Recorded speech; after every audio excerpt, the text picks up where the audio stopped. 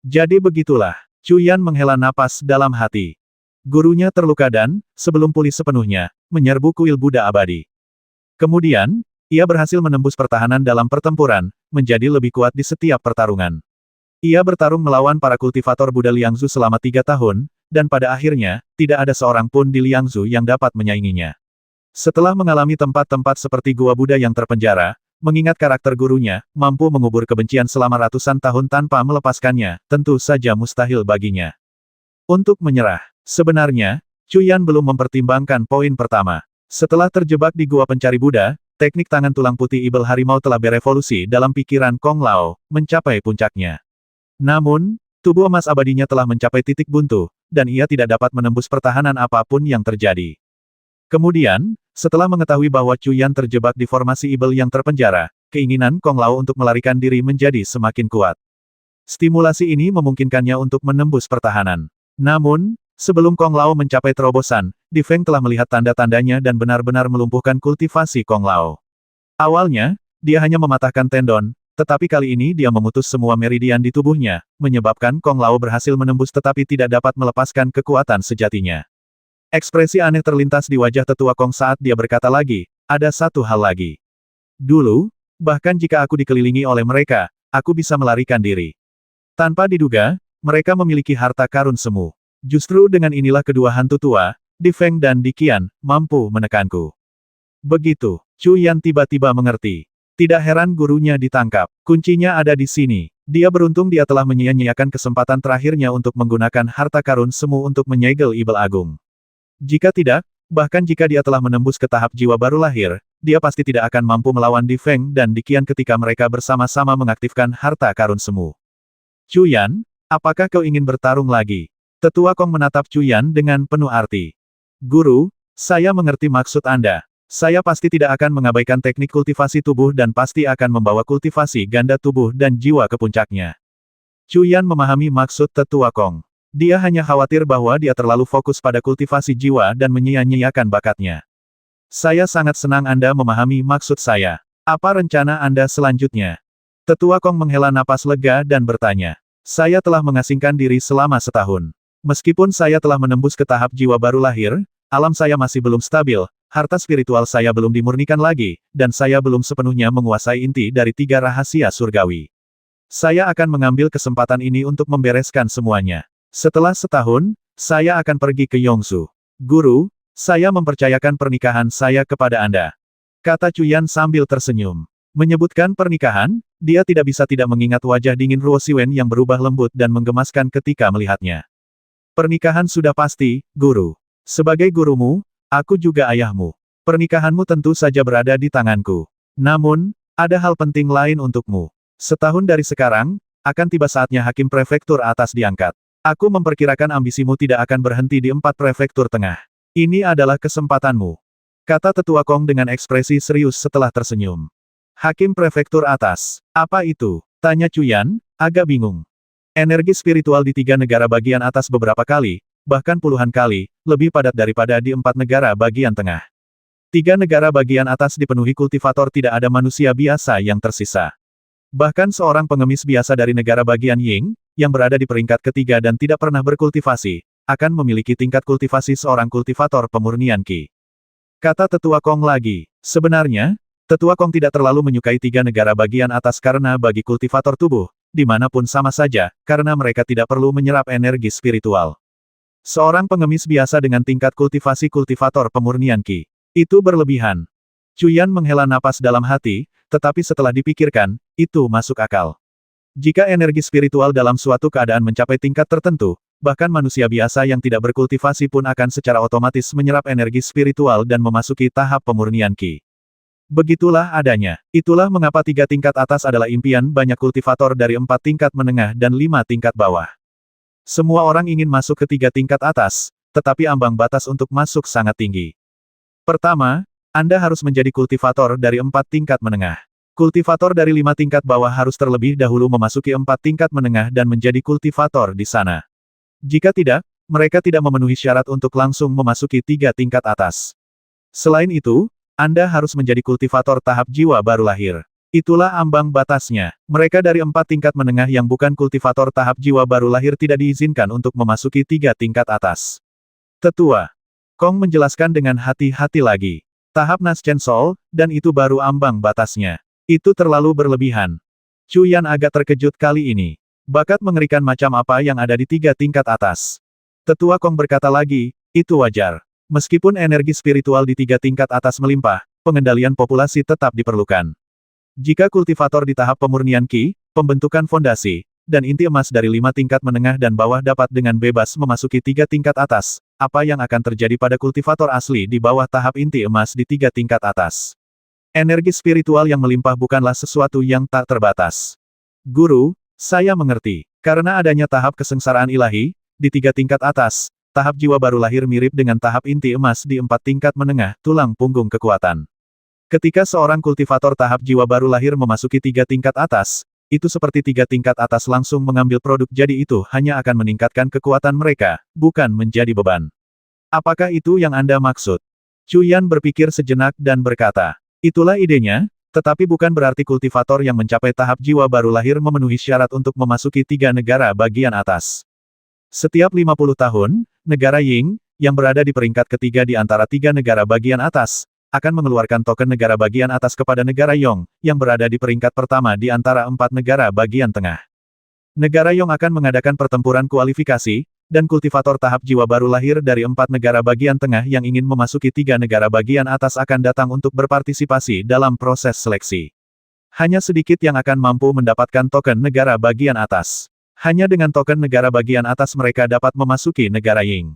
Kata Tetua Kong lagi, sangat ketat. Dengan proses seleksi seperti itu, mereka yang memasuki 3 negara bagian atas pasti akan menjadi elit dari elit di antara 4 negara bagian tengah. 3 negara bagian atas memiliki rencana yang bagus. Chu Yan menghela napas dalam hati. Setiap 50 tahun adalah frekuensi yang cukup lama. Kultivator tahap jiwa baru lahir memiliki umur 1000 tahun. Dengan kecepatan ini, mungkin seseorang dapat berpartisipasi 10 kali. Tetua Kong berkata dengan sungguh-sungguh, ini satu-satunya kesempatanmu untuk memasuki 3 alam atas. Jika kau tidak menonjol, kau harus menunggu 50 tahun sampai token alam atas berikutnya dikeluarkan. Guru, apakah ini satu-satunya jalan? Tidak, jika kultivasimu mencapai tahap kesengsaraan ilahi, kau dapat langsung memasuki 3 alam atas tanpa halangan apapun. Ini adalah dunia kultivasi, kejam dan realistis, di mana kekuatan berkuasa. Jawab Tetua Kong, kalau begitu aku pasti akan memenangkan token alam atas. Nada bicara Chu Yan tegas. Jika dia melewatkan kesempatan ini, itu akan menjadi 50 tahun, dan perjalanannya untuk menemui Liu Yuying akan tertunda selama 50 tahun lagi. Chu Yan benar-benar tidak mampu menunggu selama itu. Tiba-tiba, Tetua Kong tertawa, haha, murid yang baik. Jika kau bersinar terang dalam pertempuran kualifikasi, dan bahkan memenangkan kejuaraan, maka ketika kau pergi menemui ayah mertuamu, yang belum pernah kau temui, dia pasti akan sangat senang memberikan putrinya kepadamu. Guru benar, aku ingin membuktikan kepadanya bahwa aku layak untuk melindungi Si Wen seumur hidup. Mendengar kata-kata Tetua Kong, hati Chu Yan bergetar. Dia sudah memutuskan bahwa jika dia bersinar terang dalam perebutan posisi Gubernur Sangsu, maka melamar pernikahan akan menjadi langkah selanjutnya yang wajar. Di mana kau berencana untuk mengasingkan diri? Tanya Tetua Kong tiba-tiba. Di sini, Chu Yan menunjuk ke gua Buddha tahanan di belakangnya.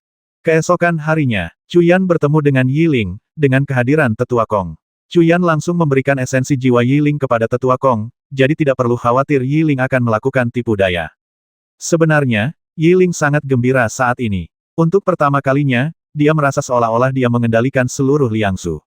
Meskipun dia mengelolanya atas nama Chu Yan, perasaan menjadi penguasa sebuah provinsi ini tetap sangat menggembirakan. Chu Yan bertemu Ling Hongwei lagi. Ling Hongwei kakinya patah karena membantu Chu Yan bertahun-tahun yang lalu. Chu Yan adalah orang yang berprinsip, dan karena masalah ini berasal darinya, dia tidak bisa tinggal diam. Dia dengan mudah menyembuhkan Ling Hongwei dengan api kehidupan hijau miliknya, dan Ling Hongwei sangat berterima kasih. Selain para kultivator Buddha, hanya Yi Ling yang tersisa di Liangsu, seorang kultivator tahap jiwa baru lahir. Di bawah kepemimpinannya, 7 kuil utama dengan cepat dikonsolidasikan dan diberi nama kuil Buddha pengampunan. Sederhananya, itu berarti memohon pengampunan. Nama ini diberikan oleh Chu Yan, yang menandakan bahwa para kultivator Buddha ini tidak boleh melupakan kesalahan para pendahulu mereka. Dia telah memberi Yi Ling perintah bahwa siapapun yang memiliki motif tersembunyi harus dibasmi tanpa ampun.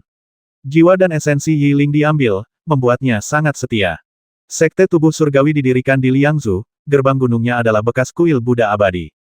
Terlepas dari reputasi Cuyan saat ini, perbuatan tetua Kong kala itu mengguncang Liangzhu, menarik banyak orang untuk bergabung dengan sekte tubuh surgawi.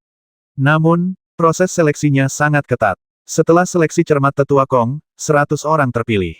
Tetua Kong sendiri tidak dapat mengajar begitu banyak orang secara bersamaan, jadi dia berencana untuk membantu 100 orang ini mencapai kesuksesan dengan cepat sebelum menerima murid secara luas, yang kemudian akan mengajar mereka. Hanya dalam 7 hari, Liangzhu telah sepenuhnya berubah, dan semuanya kembali sesuai rencana seperti yang Cuyan antisipasi. Setelah bertukar beberapa kata lagi dengan tetua Kong, Cuyan memulai pengasingannya. Gua Buddha yang terpenjara berisi formasi kuno, yang telah dipelajari Cuyan secara menyeluruh sebelumnya. Dia sekarang dapat menggunakannya dengan mudah, akhirnya memasuki ruang batu. Ini sekarang adalah wilayah sekte tubuh surgawi. Dengan formasi kuno yang ada dan gurunya di luar, ini adalah tempat terbaik bagi Cuyan untuk berkultivasi di Liangzhu.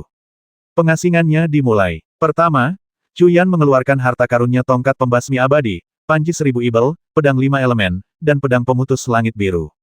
Tingkat harta karun ini saat ini adalah tongkat pembasmi abadi, harta spiritual tingkat rendah panji 1000 ibel, harta spiritual tingkat rendah pedang 5 elemen, harta spiritual tingkat menengah dan pedang pemutus langit biru, harta spiritual tingkat menengah. Tongkat pembasmi abadi, bangkit. Dengan sebuah pikiran, Cuyan memanggil tongkat pembasmi abadi, yang melayang di hadapannya.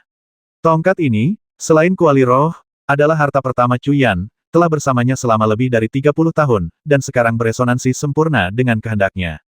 Kekuatan spiritual 5 elemen, masuk. Jiwa awal 5 elemen di dalam dantian Cuyan menyala, dan aliran kekuatan spiritual mengalir keluar, kekuatan spiritual 5 warna mengalir ke dalam tongkat pembasmi abadi. Seketika, cahaya 5 warna berkilauan di tongkat itu. Api emas murni yang tak terhitung jumlahnya. Cuyan bergumam, seberkas api emas muncul dari tangannya, melesat keluar dan langsung memasuki tongkat. Lapisan api emas segera muncul di permukaan tongkat. Wosh! Tangan Cuyan terus membentuk segel tangan di depannya, kemudian kekuatan spiritual berkumpul menjadi simbol, yang kemudian dia salurkan ke dalam tongkat. 1 hari kemudian, bas! Tongkat pembasmi abadi berdengung, kekuatan spiritual 5 warna berkumpul di dalamnya, auranya meningkat pesat. Meningkatkan level menjadi harta karun roh bukanlah hal mudah, membutuhkan 2 langkah penting. Pertama adalah tubuh fisik harta karun roh, yang kini telah disempurnakan dan ditingkatkan oleh Cuyan. Langkah kedua adalah roh artefak. Binatang ular harimau kepala naga, muncul. Ucap Cuyan dengan tenang, dan dengan sebuah pikiran, binatang ular harimau kepala naga terbang keluar dari tongkat pembantai abadi. Binatang ular harimau kepala naga memiliki kecerdasan, dan menggunakan jiwa ibel seperti itu sebagai roh artefak menawarkan harapan untuk maju ke harta karun sejati. Umumnya, itu akan menciptakan harta karun roh kelas atas. Namun, poin kuncinya adalah binatang ular harimau kepala naga terluka dalam pertempurannya dengan Baiki di Yangzhu. Jika tidak, ia tidak akan mencari perlindungan di dalam tubuh Cuyan. Sejak menjadi roh tongkat pembantai abadi, kultivasi binatang ular harimau kepala naga telah pulih secara signifikan. Saat bertarung melawan Baikilai, kekuatannya kira-kira berada di tingkat kelima. Tahap jiwa baru lahir sekarang telah pulih ke tingkat keempat. Namun, kekuatan ini masih belum memenuhi standar untuk roh harta spiritual tingkat menengah atau bahkan tingkat tinggi. Guru, kata binatang ular harimau kepala naga dengan hormat kepada Cuyan. Cuyan memandang binatang ular harimau kepala naga dan tersenyum. Aku telah memadatkan jiwa baru lahirku. Hari ini aku akan membantumu memulihkan kultivasimu sepenuhnya. Terima kasih, Guru. Binatang ular harimau kepala naga sangat gembira dan segera berterima kasih padanya. Api hijau kehidupan, kata Cuyan dengan tenang, seberkas api hijau terbang dari tangannya dan mendarat langsung di binatang ular harimau kepala naga. Ini, perasaan ini, kultivasiku. Binatang ular harimau kepala naga terkejut, lalu menjadi sangat bersemangat, jelas merasakan kultivasinya terus meningkat. 3 jam kemudian, raungan meletus dari mulut ular harimau kepala naga, auranya meningkat dari tingkat keempat. Tahap jiwa baru lahir ke tingkat ke-8. Ular harimau kepala naga terkejut dengan peningkatan kekuatan 4 tingkat, meraung kegirangan, terima kasih, Guru. Terima kasih, Guru. Kuali roh menjelaskan, ular harimau kepala naga ini telah meningkat sejak menjadi roh senjata dan menyatu dengan tongkat pembasmi abadi. Selama bertahun-tahun, aku sering membimbingnya. Sekarang luka lamanya telah sembuh, tidak mengherankan jika kekuatannya telah mencapai tingkat ini. Cuyan mengangguk, menjentikkan jarinya, dan berkata, roh dan harta karun bersatu. Detik berikutnya, Ular harimau kepala naga berubah menjadi aliran cahaya dan memasuki tongkat pembasmi abadi. Tongkat pembasmi abadi tiba-tiba bergetar, melepaskan aura yang kuat. Harta karun spiritual tingkat tinggi. Harta karun spiritual ini sebenarnya telah meningkat 2 tingkat secara langsung, dan Chu Yan sangat gembira. Bendera Ibel Segudang muncul. Dengan sebuah pikiran, Chu Yan mengirimkan bendera Ibel Segudang. Di dalam susunan Ibel, bendera Ibel Segudang menyerap energi Ibel, darah Ibel, tulang Ibel, pola Ibel yang tak terhitung jumlahnya, dan banyak jiwa Ibel kuno. Akhirnya, jiwa Ibel kuno tahap jiwa baru muncul, yang pada akhirnya meningkatkan bendera Ibel Segudang menjadi harta spiritual tingkat rendah. Bendera Ibel Segudang masih memiliki ruang yang cukup besar untuk peningkatan. Panji Ibel Segudang, sebagai salah satu harta Chu Yan sejak usia muda, kini selaras sempurna dengan keinginannya. Keluar, dengan sebuah pikiran, Chu Yan melepaskan ratusan hantu tahap jiwa baru lahir dari Panji Ibel Segudang. Akhirnya, Ibel kuat yang diselimuti sisik biru dan memiliki 2 tanduk tajam di kepalanya muncul. Auranya hanya berada di tingkat kedua tahap jiwa baru lahir, namun hantu jiwa baru lahir di sekitarnya, bahkan yang berada di tahap jiwa baru lahir akhir, semuanya mundur saat melihatnya, wajah mereka dipenuhi rasa takut. Ibel ini tidak lain adalah jiwa Ibel kuno yang muncul ketika Panji Ibel Segudang ditingkatkan menjadi harta spiritual. Desis. Jiwa Ibel kuno itu memandang hantu tahap jiwa baru lahir di sekitarnya dengan mata serakah. Jika Chu Yan tidak ikut campur, ia pasti sudah melahap mereka semua. Chu Yan berkata dengan tenang, sekarang, kalian bisa melahap sesuka kalian, fokuslah saja pada kemajuan. Jiwa-jiwa Naschen dari kultivator Naschen Soul selalu menjadi rampasan perang favorit Chu Yan, jadi jiwa Ibel kuno tidak pernah memiliki kesempatan untuk melahapnya. Tapi sekarang, Chu Yan bisa menyapu tahap Naschen Soul, dan petir Naschen Soul pada dasarnya tidak berguna. Dia sebaiknya membiarkan jiwa Ibel kuno fokus pada kemajuannya. Awuwo, jiwa Ibel kuno meraung kegirangan. Mulai melahap dari tingkat yang lebih rendah. Awuwo, begitu Chu Yan selesai berbicara, jiwa Ibel kuno dengan penuh semangat menerkam hantu ganas di tahap Naschen Soul awal. Hantu ganas itu, yang telah diserap ke dalam Panji Ibel Segudang milik Chu Yan, sepenuhnya berada di bawah kendali Chu Yan dan tidak dapat melawan, hanya bisa menyaksikan tanpa daya saat jiwa Ibel kuno melahapnya. Awuwo, hanya dalam beberapa tarikan napas, jiwa Ibel kuno melahap hantu ganas Naschen Soul awal dan kemudian menerkam yang lain. Dan begitulah, jalur melahap dimulai. 1, 2, 3, 198, 199, 200.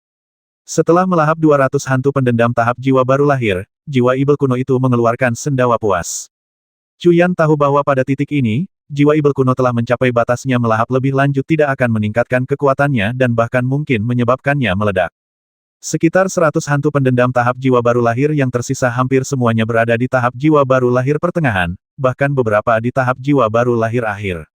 Hantu pendendam tahap jiwa baru lahir jelas jauh lebih lemah daripada diri mereka sebelumnya, karena mereka kurang cerdas dan hanyalah jiwa. Kekuatan tempur individu mereka hanya sekitar sama dengan kultivator tahap jiwa baru lahir yang baru memasuki tahap tersebut. Namun, bahkan sekitar 100 hantu bersama-sama akan sangat kuat. Kekuatan jiwa Ibel kuno telah maju ke tingkat ke-9 tahap jiwa baru lahir. Chu Yan menghela napas, membandingkannya dengan dirinya sendiri. Metode kemajuan jiwa Ibel kuno benar-benar sederhana, ia hanya perlu melahap untuk maju. Panji Ibel 1000 berbeda dari tongkat pembantai abadi, fokusnya adalah pada pola Ibel di atasnya. Memurnikannya dengan api emas murni 1000 tidak akan berpengaruh. Indra ilahi Chu Yan meliputi Panji Ibel 1000, dengan jelas menelusuri setiap rune Ibel di atasnya. Kemudian, dia melepaskan aliran kekuatan spiritual. Saat itu, Chu Yan hanya memasukkan rune Ibel ke dalam Panji Ibel 1000, tetapi rune-rune itu kacau. Sekarang, tugas Chu Yan adalah mengatur rune-rune ini secara berurutan. Rune Ibel yang tak terhitung jumlahnya melayang keluar dari Panji Ibel 1000, dan di bawah kendali indra ilahi Chu Yan, rune-rune itu terbang kembali ke dalam Panji dalam urutan yang berbeda. Bas! Panji Ibel 1000 bergetar hebat, energi Ibel yang tak terhitung jumlahnya berputar di dalamnya, darah Ibel meresap ke udara. Pada saat ini, energi dan darah Ibel yang belum sepenuhnya terintegrasi ke dalam Panji saat itu sepenuhnya terserap setelah rune-rune diatur ulang. Harta dan roh bersatu. Chu Yan bergumam sambil menjentikkan jarinya. Jiwa Ibel kuno dan ratusan roh pendendam tahap jiwa baru lahir yang tersisa secara bersamaan terbang ke Panji 1000 Ibel. Pada saat ini, Panji 1000 Ibel bergetar lagi, cahayanya memancar, dan aura yang kuat terpancar darinya. Harta spiritual tingkat tinggi. Chu Yan sangat gembira harta itu telah meningkat 2 tingkat lagi, langsung naik dari harta spiritual tingkat rendah ke harta spiritual tingkat tinggi. Hanya dalam beberapa hari, Cuyan telah memperoleh 2 harta spiritual tingkat tinggi, dan tidak berlebihan untuk mengatakan bahwa kekuatannya telah meningkat pesat. Pedang 5 elemen, kata Cuyan dengan tenang, mengeluarkan pedang terbang dengan 5 pola tercetak di bilahnya, pedang 5 elemen. Pedang 5 elemen ditempa oleh Tetua Agung Sekte Pengemis, dan Ran, dengan bantuan Cuyan, bukan oleh Cuyan sendiri. Meskipun telah terikat dengannya melalui ikatan darah, Cuyan belum dapat menggunakannya dengan keselarasan sempurna yang sama seperti tongkat pembantai abadi dan panji 1000 ibel. Kekuatan spiritual 5 elemen, masuk. Di dalam dantian Cuyan, 5 jiwa awal elemen bersinar terang, dan kekuatan spiritual 5 elemen mengalir dari ujung jarinya, mengalir ke pedang 5 elemen. Seketika, pedang 5 elemen menyala terang. Api emas murni berlimpah. Masuk. Cuyan mengucapkan dengan tenang, dan api emas murni berlimpah masuk, seketika menyelimuti pedang 5 elemen dengan api emas. Waktu berlalu. 3 hari kemudian, 5 pola pada pedang 5 elemen menjadi semakin padat, bahkan memiliki rasa kesempurnaan alami, dan pedang 5 elemen telah tumbuh beberapa kali lebih kuat dari sebelumnya. Selanjutnya, ia akan maju ke tingkat roh senjata. Indra ilahi Cuyan bergejolak, dan bayangan seorang pemuda biasa dengan ekspresi bingung muncul dari dalam. Itu adalah Daohen. Saudaraku, aku pasti akan menghidupkanmu kembali. Mata Cuyan berkilat, dan nadanya tegas. Namun jiwa Daohen masih dipenuhi kebingungan, namun di balik kebingungan itu terdapat rasa familiar. Nak, ketika jiwa Daohen ini menempa pedang 5 elemen, ia menyerap esensi spiritual dari 5 senjata sihir tingkat tertinggi pedang tanda emas, pedang petir biru, pedang jiwa es, pedang garam api, dan pedang tulang tinta. Ia juga mengumpulkan energi spiritual kelima elemen menjadi satu, mencapai tahap jiwa baru lahir. Yang perlu kau lakukan sekarang adalah menggunakan api hijau kehidupan untuk sepenuhnya memperbaiki jiwanya yang rusak. Hanya dengan cara ini ia dapat sepenuhnya bangkit kembali di masa depan. Suara kuali roh bergema di benak Cuyan. Baiklah, api hijau kehidupan, pergi. Cuyan mengangguk, menjentikkan jarinya, dan api hijau kehidupan terbang keluar, sepenuhnya menutupi jiwa Daohen. Ah! Jiwa Daohen secara naluriah meraung. Memperbaiki jiwa bukanlah proses yang sederhana, itu akan melibatkan rasa sakit yang luar biasa dari keterikatan jiwa-jiwa. Cuyan khawatir, jika Daohen tidak bisa bertahan saat ini, semuanya akan berakhir. Daohen saat ini tanpa kesadaran, sepenuhnya mengandalkan kemauan naluriahnya untuk melawan. 6 jam kemudian, Cuyan menghela napas lega. Daohen telah berhasil melewatinya. Bekas luka pedang tidak lagi meraung, seluruh jiwanya telah sepenuhnya diperbaiki. Kecuali kurangnya kecerdasan, ia tidak berbeda dari jiwa biasa, bahkan beberapa kali lebih kuat. Pada tingkat ke-8 tahap jiwa baru lahir, pedang 5 elemen, yang awalnya merupakan harta spiritual tingkat menengah, telah mencapai tingkat ke-5 tahap jiwa baru lahir pada saat ditempa. Sekarang, dengan jiwanya yang sepenuhnya dipulihkan dan energi spiritual yang diserap dari 5 pedang terbang tingkat atas, termasuk pedang bekas luka emas, sepenuhnya menyatu, ia telah mencapai tingkat ke-8 tahap jiwa baru lahir. Harta dan roh bersatu, gumam Cuyan, dan jiwa bekas luka pedang terbang kembali ke pedang 5 elemen. Bas! Pedang 5 elemen berdengung, auranya melonjak. Harta spiritual tingkat tinggi. Meskipun pedang 5 elemen hanya naik 1 tingkat, Cuyan cukup puas. Harta spiritual tingkat atas sangat langka, dan sekarang dia memiliki harta spiritual tingkat tinggi ketiganya, membuatnya sangat gembira. Dari 4 harta spiritual utamanya, 3 telah naik tingkat, hanya menyisakan pedang Azure yang patah. Wosh! Indra ilahi Cuyan bergetar, dan dia memuntahkan pedang terbang yang tumpul dan patah. Pedang Azure yang patah adalah harta spiritual pertama Cuyan, memiliki peringkat harta spiritual tingkat menengah. Namun, potensinya jauh lebih besar dari itu. Dulu, ketika Raja Ibel Haotian menggunakan pedang ini sudah memiliki peringkat harta spiritual tingkat atas hanya karena kerusakan parah selama pertempuran selanjutnya pedang ini jatuh dari peringkat aslinya. Tugas Cuyan adalah memperbaiki sepenuhnya bagian-bagian yang rusak dari pedang Azure yang patah. Pedang Azure yang patah adalah pedang Ibel, dan memperbaikinya tentu saja membutuhkan energi Ibel. Sebelum maju ke tahap jiwa baru lahir, Cuyan tentu saja tidak akan mampu melakukan ini, karena pada saat itu, dia hanya memiliki energi Ibel ketika dia berubah menjadi Ibel ungu. Namun, ketika dia berubah menjadi Ibel ungu, dia selalu dalam keadaan genting, jadi dia tidak punya waktu untuk memurnikan harta karun. Tapi sekarang berbeda. Cuyan menggunakan metode benih Ibel hati Dao untuk memadatkan jiwa baru lahirnya. Sekarang jiwa baru lahirnya dapat diilkan, bayi Ibel itu secara alami dapat menghasilkan energi Ibel. Langkah pertama memperbaiki pedang. Cuyan menepuk mahkotanya, dan 5 sosok jiwa baru lahir kecil, identik dengan Cuyan dalam penampilan, terbang keluar. Secara umum, meskipun jiwa baru lahir yang meninggalkan tubuh dapat melepaskan serangan yang kuat, itu juga merupakan waktu paling berbahaya bagi seorang kultivator jiwa baru lahir. Tahap jiwa baru lahir sangat rapuh tanpa perlindungan tubuh, mudah untuk dimusnahkan. Namun, Cuyan tidak perlu khawatir. Tanam benih ibel di jantung Dao, ubah jiwa yang baru lahir menjadi ibel. Cuyan mengeluarkan teriakan rendah, melakukan beberapa segel tangan sebelum akhirnya menyentuh alisnya. Detik berikutnya, rune ibel di alis kelima sosok jiwa yang baru lahir di atas kepalanya menyala secara bersamaan.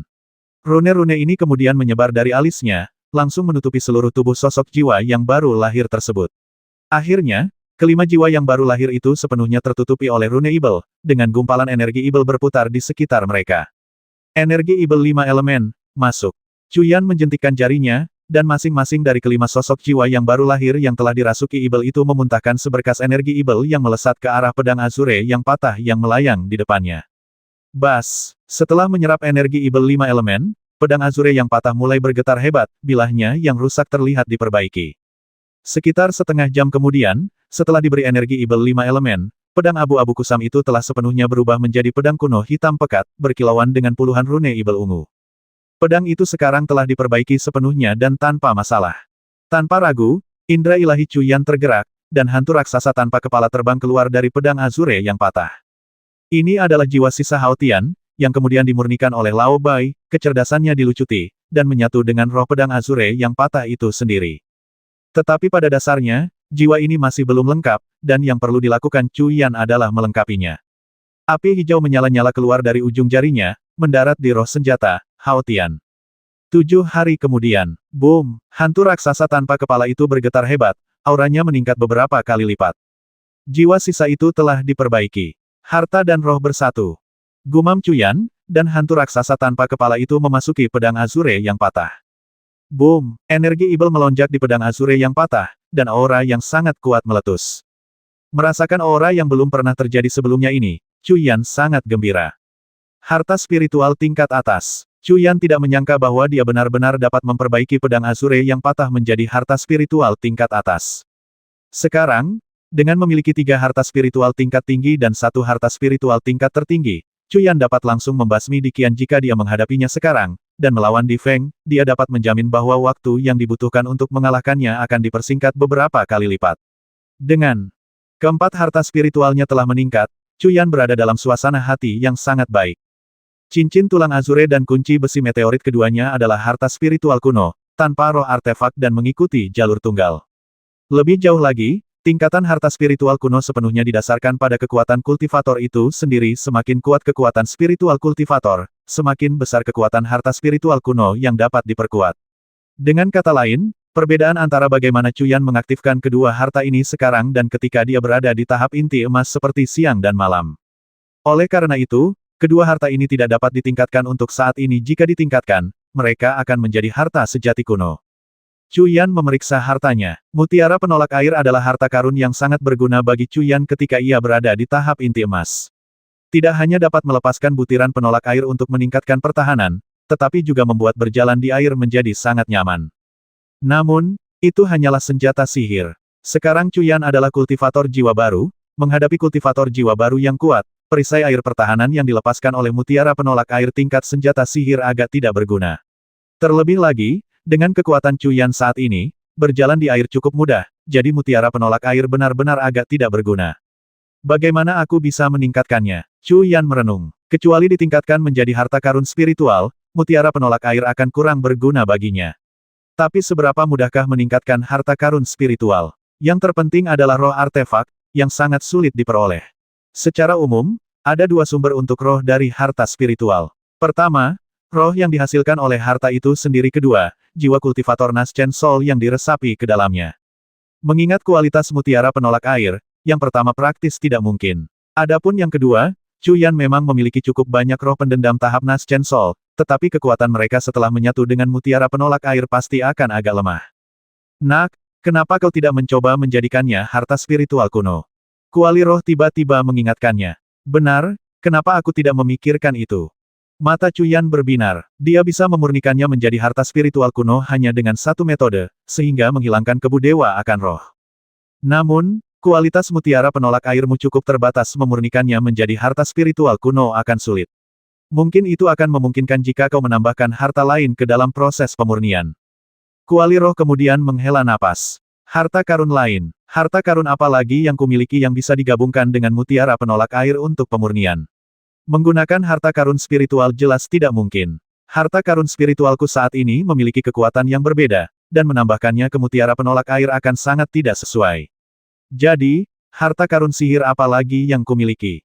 Cuyan tak kuasa bertanya pada dirinya sendiri, membayangkan harta karun sihir berkualitas tinggi apa yang dimilikinya yang mungkin bisa digabungkan dengan mutiara penolak air untuk pemurnian. Itu dia. Tiba-tiba, mata Cuyan berbinar, dan dia mengeluarkan labu anggur spiritual. Labu ini diberikan kepada Cuyan oleh tetua Jiu ketika dia meninggalkan Yangsu. Meskipun labu ini tidak memiliki kekuatan ofensif, ia dapat mengubah air menjadi anggur berkualitas tinggi. Setelah Cuyan menambahkan cairan spiritual ke dalamnya, tercipta anggur spiritual dengan kualitas yang bahkan lebih tinggi daripada cairan spiritual. Labu anggur ini adalah harta karun sihir. Nak, bagaimana kau bisa mendapatkan ide ini? Kau menggabungkan labu anggur dengan mutiara penolak air untuk pemurnian. Harta karun aneh macam apa yang ingin kau ciptakan? Saat ini, tetua Bai terdiam. Bahkan tetua Bai, monster tua yang telah hidup selama lebih dari 100.000 tahun, tidak dapat memahami ide aneh seperti itu. Berhasil atau tidak, mari kita coba. Cuyan sangat ingin mencoba, secara bersamaan memanggil mutiara penolak air dan labu anggur roh, perlahan-lahan mendekatkan keduanya. Wosh! Tepat ketika keduanya cukup dekat, mutiara penolak air berubah menjadi seberkas cahaya dan langsung memasuki labu anggur roh. Bas bas bas. Setelah menyerap mutiara penolak air, labu anggur roh bergetar hebat, dan tubuhnya bersinar terang, dengan pola-pola muncul di permukaannya. Benar-benar berhasil. Mata Cuyan dipenuhi dengan kejutan. Dia dapat dengan jelas merasakan aura labu anggur roh meningkat secara dramatis. Cuyan menambah bahan bakar ke api, menyalurkan kekuatan spiritual 5 elemennya ke dalamnya. Waktu berlalu, 8 hari kemudian. Bang! Labu anggur roh bergetar hebat, dan sesaat kemudian, uap yang dipenuhi aroma anggur menyembur keluar darinya. Harta spiritual kuno. Cuyan sangat gembira. Ini mungkin. Dia hanya menyalurkan kekuatan spiritual 5 elemennya keduanya praktis cocok sempurna, dia telah menggabungkannya. Meskipun telah ditingkatkan menjadi harta spiritual kuno, kekuatannya masih perlu diperiksa. Perisai anti-air, kata Cuyan dengan tenang. Sesaat kemudian, semburan uap air 5 warna menyembur dari mulut labu, langsung membentuk perisai air berbentuk labu di sekitar Cuyan, permukaannya berkilauan dengan cahaya 5 warna. Tingkat pertahanan ini mengesankan. Cuyan dapat merasakan bahwa pertahanan ini pasti cukup kuat untuk menahan serangan dari kultivator tahap jiwa baru. Nak, aroma anggur ini sangat kuat. Bahkan kultivator tahap Naschen Soul di bawah tahap menengah pun bisa dengan mudah mabuk. Sungguh harta spiritual kuno yang langka dan luar biasa. Titik. Kuali roh berseru kagum. Sangat kuat. Mulai sekarang, mari kita sebut saja labu penghindar air. Menambahkan harta spiritual kuno lainnya, dan yang begitu kuat pula, membuat Cuyan bersemangat. Selanjutnya, Cuyan memanggil senjata tulang giok. Senjata tulang giok adalah kerangka yang ditinggalkan oleh Li Daoyuan. Meskipun itu adalah sesuatu yang diremehkan Li Daoyuan setelah mencapai tahap jiwa baru lahir, itu tetaplah tulang dari kultivator tahap jiwa baru lahir di tingkat kesempurnaan agung. Kelemahannya sebelumnya disebabkan oleh kultivasi Cuyan yang tidak memadai. Sekarang Cuyan telah mencapai tahap jiwa baru lahir, setelah ditempa ulang, ia pasti akan mendapatkan kembali kekuatan puncaknya. Kekuatan spiritual 5 elemen. 5 sosok jiwa baru lahir di atas kepala Cuyan, setelah kembali ke bentuk aslinya dari keadaan ibel mereka, secara bersamaan memancarkan sinar kekuatan spiritual, yang mengalir ke senjata tulang giok. Senjata tulang giok memancarkan cahaya 5 warna. 3 hari kemudian, senjata tulang giok dimurnikan hingga kekuatan fisiknya setara dengan kultivator tahap jiwa baru lahir di tingkat kesempurnaan agung. Setelah berpikir sejenak, Cuyan menyadari bahwa dengan menyatu dengan jiwa ibel kuno untuk berubah menjadi jenderal ibel tulang hantu, dia dapat dengan mudah mengalahkan kultivator kesempurnaan agung seperti Dikian. Dengan tambahan boneka kesempurnaan agung, kekuatan Cuyan melonjak sekali lagi. Ibel agung, bagaimana aku harus menggunakan ini? Cuyan mengeluarkan sebuah manik hitam seukuran kepalan tangan. Di dalam manik ini terdapat energi ibel yang dikultivasi oleh ibel agung sepanjang hidupnya. Meskipun sebagian besar telah habis karena bertahun-tahun melawan segel, energi itu masih sangat terkonsentrasi. Namun, Cuyan tidak yakin bagaimana menanganinya. Energi ibel ini tidak dikultivasi oleh Cuyan sendiri, jadi memurnikannya menjadi harta spiritual sangat tidak praktis. Memurnikannya menjadi sesuatu seperti petir bayi akan boros sebagai barang habis pakai. Itu dia. Tiba-tiba, mata Cuyan berbinar. Dengan sebuah pikiran, sesuatu muncul di tangannya. Itu adalah seekor katak biru es seukuran telapak tangan dengan beberapa jimat hijau yang terpasang padanya. Itu adalah tubuh ibel tingkat ke-8 dari tahap jiwa baru lahir, katak ibel api es. Ketika Cuyan masih berada di tahap inti emas, objek ini adalah salah satu teknik pamungkasnya. Mengendalikan tubuh ibel jiwa baru lahir di dalamnya sangat kuat, memungkinkannya untuk menyapu lawan di bawah tahap jiwa baru lahir pertengahan.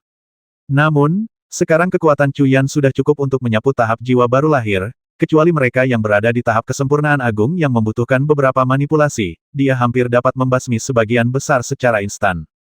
Pada titik ini, tubuh ibel jiwa baru lahir agak sia-sia. Katak ibel api es ini sudah tidak bernyawa, tanpa jiwa. Meningkatkannya ke tingkat yang lebih tinggi akan membutuhkan waktu yang sangat lama, tetapi Cuyan kebetulan memiliki energi ibel yang ditinggalkan oleh ibel besar, menjadikannya sangat cocok. Buka, Cuyan melepaskan jimat dari tubuh katak ibel api es, dan katak seukuran telapak tangan itu langsung tumbuh menjadi ukuran yang sangat besar.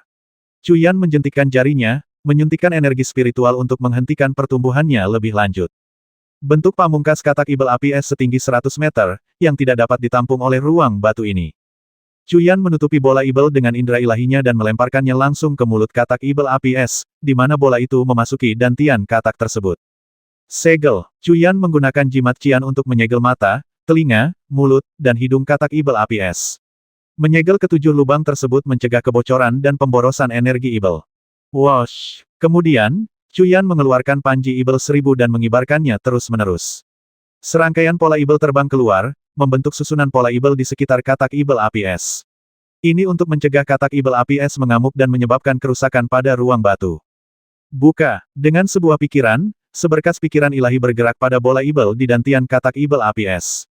Bola ibel itu meledak, dan energi ibel yang sangat padat di dalamnya langsung lenyap. Energi ibel yang tak terbatas menyebar ke segala arah di sekitar katak ibel api es. Bas! Katak ibel api es bergetar hebat, cahaya hitam menyambar tubuhnya, dan aura mengerikan terpancar dari dalam. Namun, dengan jimat hijau yang menyegel 7 lubang, tidak ada energi ibel yang menyebar. Jimat hijau itu diperoleh Cuyan dari rerun Dewa Ibel kuno. Itu adalah jimat yang diwarisi oleh ras Ibel kuno, dan efeknya luar biasa. Aura yang terpancar dari katak ibel api es juga diblokir oleh susunan rune ibel di sisi luarnya. Waktu berlalu, dan 10 hari kemudian. Sekarang, kulit biru es katak ibel api es tertutup rune ibel hitam. Detik berikutnya, tubuh katak ibel api es bergetar hebat lagi. Pada saat itu, aura di tubuhnya terus melonjak. Tingkat ke-9, ke-10, ke-11, dan ke-12 dari tahap jiwa baru lahir. Aura terus meningkat. Boom! Tubuh katak ibel api es bergetar hebat, dan badai energi spiritual yang besar runtuh, seketika menghancurkan susunan rune ibel yang telah dipasang Cuyan di sekitarnya. Rune ibel, berubah, berubah, berubah. Panji ibel sejuta milik Cuyan menari dengan cepat, dan potongan-potongan rune ibel terbang keluar bersama energi ibel yang padat, berubah sekali lagi menjadi beberapa lapisan susunan rune ibel yang memenjarakan katak ibel api es. Boom! Tubuh katak ibel api es tanpa sadar menabrak berbagai tempat, lapisan demi lapisan susunan rune ibel runtuh terus-menerus. Tindakan Cuyan sangat cepat, panji ibel sejuta di tangannya berputar cepat, meninggalkan bayangan di udara. Rune ibel yang tak terhitung jumlahnya terbang keluar, berubah menjadi susunan sekali lagi untuk memenjarakannya. Boom! Tubuh katak ibel api es bergetar hebat, dan sesaat kemudian, akhirnya berhenti. Aura ini, 13 lapis, alam kesempurnaan agung. Cuyan sangat gembira. Meskipun katak ibel api es baru saja mencapai alam kesempurnaan agung, kekuatan penghancur fisiknya jelas melampaui kultivator alam kesempurnaan agung biasa.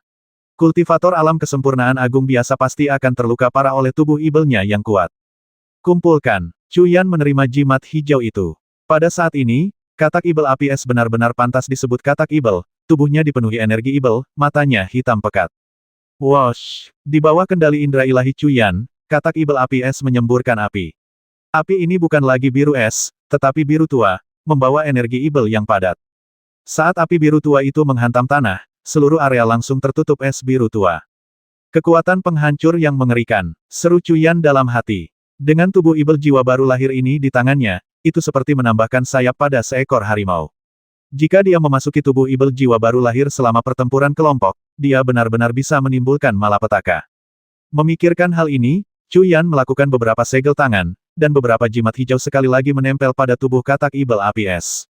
Katak ibel api es dengan cepat menyusut, akhirnya kembali ke ukuran telapak tangan, dan disimpan di kuali roh Cuyan. Kekuatanku telah meningkat begitu banyak hanya dalam waktu lebih dari sebulan. Chu Yan takjub. Ia membayangkan, jika ia berada di dalam katak Ibel Api Es ini, mengendalikannya untuk melawan Di Feng, sementara Jenderal Ibel Tulang Hantu menyerang dari kedua sisi, mengalahkan Di Feng tidak akan membutuhkan usaha sebesar sebelumnya. Dalam jalur kultivasi, kekuatan terbagi menjadi dua bagian faktor internal dan eksternal. Faktor internal secara alami mengacu pada tingkat kultivasi seseorang. Perbedaan tingkat kultivasi aktual di bawah tingkat tertentu menghasilkan kekuatan yang sangat berbeda. Faktor eksternal mengacu pada harta karun seseorang. Dapat dikatakan bahwa seorang kultivator yang ingin bertahan hidup di dunia kultivasi harus memiliki peralatan yang unggul. Misalnya, meskipun keduanya berada pada tahap kesempurnaan agung jiwa baru lahir, jika yang satu memiliki harta spiritual kelas atas sementara yang lain hanya memiliki kelas rendah, siapa yang akan kalah? Namun, Chu Yan menyimpulkan bahwa ada poin yang lebih penting strategi. Pertempuran bukan hanya tentang siapa yang memiliki lebih banyak kartu truf ini tentang kapan harus memainkan kartu mana, dan bagaimana memaksimalkan kekuatan sumber daya terbatas Anda. Ini membutuhkan strategi. Setelah berpikir sejenak, dia menyadari bahwa semua harta karun yang dimilikinya telah ditingkatkan. Hanya pedang terbang ungu emas yang tersisa. Pedang terbang ungu emas sudah merupakan senjata sihir kelas atas. Meningkatkan begitu banyak pedang terbang menjadi harta spiritual sekaligus adalah hal yang mustahil. Terlebih lagi, seiring dengan semakin dalamnya kultivasi formasi pedang awan ungu, jumlah pedang terbang yang dibutuhkan untuk membangun formasi tersebut pasti akan meningkat, sehingga sangat sulit untuk mengubah semua pedang terbang ungu emas menjadi harta spiritual. Chu Yan bahkan bisa membayangkan betapa mengerikannya kekuatan formasi pedang Yin yang jika dipasang dengan 81 pedang terbang ungu emas tingkat harta spiritual. Chu Yan memperkirakan bahwa bahkan seorang ahli seperti Di Feng bisa langsung terbasmi. Tahap keempat formasi pedang awan ungu, aku akan mencobanya hari ini. Chu Yan merasa bersemangat memikirkan hal ini. Setiap tahap formasi pedang awan ungu sangat dominan, dan bisa dikatakan sebagai salah satu teknik utama Chu Yan. Setelah maju ke tahap jiwa baru lahir, indera ilahi Chu Yan akhirnya menembus penghalang 100 saluran. Sekarang Chu Yan memiliki total 362 indera ilahi. Sebelumnya, ketika indera ilahi Chu Yan belum mencapai 100, sulit baginya untuk melihat tahap keempat formasi pedang awan ungu, tetapi sekarang dia yakin dia bisa. Memikirkan hal ini, Chu Yan mengeluarkan buku panduan kultivasi formasi pedang awan ungu. Halaman pertama formasi pedang naga banjir melayang ke langit. Halaman kedua formasi pedang kayu langit biru. Halaman ketiga formasi pedang yin yang. Teks di 3 halaman pertama sangat jelas. Chu Yan dengan bersemangat beralih ke halaman keempat. Saat ini, halaman keempat diselimuti kabut, dan tidak ada yang bisa dilihat. Karena sudah berpengalaman, Chu Yan tentu saja tidak terkejut dan terus menyelidikinya dengan indera ilahinya. Wosh! Indera ilahi ke-100 masuk, tetapi tidak ada reaksi. Chu Yan tidak terburu-buru, dan terus menyelidiki dengan indera ilahi satu demi satu. Yang ke-101, yang ke-102, yang ke-103, yang ke-107, yang ke-108. Bang! Saat ini, ketika indera ilahi ke-108 masuk, seluruh halaman sedikit bergetar, kabut di atasnya menghilang, dan baris-baris karakter yang kuat muncul di kertas. Formasi pedang awan ungu, tahap keempat, 108, formasi pedang tornado naga gang surgawi. Nama yang sangat mengesankan. Melihat ini, Chu Yan tidak bisa menahan diri untuk berseru, dan terus melihat ke bawah, mata Chu Yan melebar. Penjara, serangan kelompok, pertahanan, formasi pedang 3 dalam 1. 3 dalam 1. Chu Yan terkejut. Formasi pedang naga banjir melayang ke langit adalah serangan murni, formasi pedang kayu biru langit adalah penjara murni, dan formasi pedang dua elemen yin yang seharusnya dianggap sebagai kombinasi serangan dan pertahanan. Tapi formasi pedang tornado naga langit ini, yang konon menggabungkan penjara, pembasmian massal, dan pertahanan, sungguh terlalu mengerikan. Chu Yan melanjutkan membaca. Membangun formasi ini membutuhkan 108 pedang. Kultivasi tidak mengenal waktu 1 tahun hanyalah sekejap mata. Kultivasi tubuh sekarang merajalela di Liangzhu, dan posisi sekte tubuh surgawi tak tergoyahkan. Kelompok kultivator tubuh pertama, yang diajar langsung oleh Tetua Kong, telah memasuki jalan dan sekarang membantu Tetua Kong mengajar murid-muridnya. Semua kultivator Buddha berada di bawah kendali Yiling, dan Yiling mengikuti arahan Tetua Kong. Liangzhu sekarang menjadi entitas monolitik. Sekarang, Liangzhu tidak lagi dipenuhi oleh kultivator Buddha jalanan, tidak lagi hanya dipenuhi oleh biksu botak, tetapi juga oleh banyak kultivator bertubuh kekar. Di Liangzhu, perbuatan satu orang dianggap legendaris. Orang ini adalah murid tertutup Kong Wuyai, pemimpin sekte-sekte tubuh surgawi. Saat itu, Kong Wuyai seorang diri menyerang 5 kuil besar, tak terhentikan. Meskipun akhirnya ia ditaklukkan, ia tetap dikenal sebagai orang yang kejam. Tetapi muridnya bahkan lebih mengerikan. Sebelum berusia 30 tahun, ia telah menyapu alam jiwa Naschen tingkat menengah hanya dengan tahap kesempurnaan agung inti emas. Ia menyusup ke kuil Buddha abadi dan hampir menyelamatkan Kong Wuyai. Meskipun akhirnya gagal, ia berjuang keluar dari kuil, meninggalkan sungai darah di belakangnya. Leluhur bumi mengejarnya, melukainya dengan parah dan memutus lengannya. Akhirnya, pemuda ini menggunakan teknik penyegelan untuk menyegel Ibel Agung di dalam arai penjara Ibel. Awalnya, semua ini seharusnya berakhir, tetapi tidak ada yang bisa membayangkan bahwa ini hanyalah permulaan. 10 tahun. Hanya dalam 10 tahun, pemuda ini menggunakan metode aneh untuk mengembangkan kekuatan Ibel dan memadatkan jiwa awal 5 elemen tingkat legenda kuno. Hanya dalam 10 tahun, dia mampu menembus lebih dari 100.000 pola susunan di dalam susunan penjara Ibel. Hanya dalam 10 tahun, dia berhasil menembus susunan penjara Ibel, mengalahkan semua tokoh kuat, dan menyerbu kuil Buddha abadi. Dia menghancurkan leluhur bumi, menghancurkan naga emas dengan tongkat Ibelnya mereka yang menghalangi jalannya mati, dan dia membasmi angin bumi, menodai gunung-gunung dengan darah. Semua ini menjadi monumen abadi di hati para pemuda Liangzu yang penuh semangat, dan mimpi buruk bagi semua kultivator Buddha. Namanya adalah Cuyan, Gua Buddha yang terpenjara. Di dalam ruangan batu, seorang pemuda berpakaian putih duduk bersila, tubuhnya tertutup debu tipis, rambut panjangnya mencapai pinggangnya. Tiba-tiba, mata pemuda itu terbuka lebar, memancarkan 2 pancaran cahaya keemasan, dan dia mengucapkan suara lembut pedang terbang ungu emas, muncul. Wosh wosh. Satu persatu, pedang ungu mini, masing-masing sepanjang 1 inci, terbang keluar dari mulut pemuda itu. Detik berikutnya, setiap pedang berkilauan dengan cahaya ungu, pola-polanya menyala. Total 108 pedang. 108 pedang terbang ungu emas berputar mengelilingi Cuyan, memancarkan aura yang menakutkan. Formasi pedang ungu emas, tahap keempat, formasi pedang tornado naga biduk surgawi, berubah. Cuyan melakukan beberapa segel tangan, mengeluarkan teriakan rendah. Wosh wosh. 108 pedang terbang ungu emas mulai menari dan saling berjalin, bayangan pedang ungu yang padat berkelebat, dan sesaat kemudian, mereka berubah menjadi tornado ungu, memancarkan aura yang menakutkan.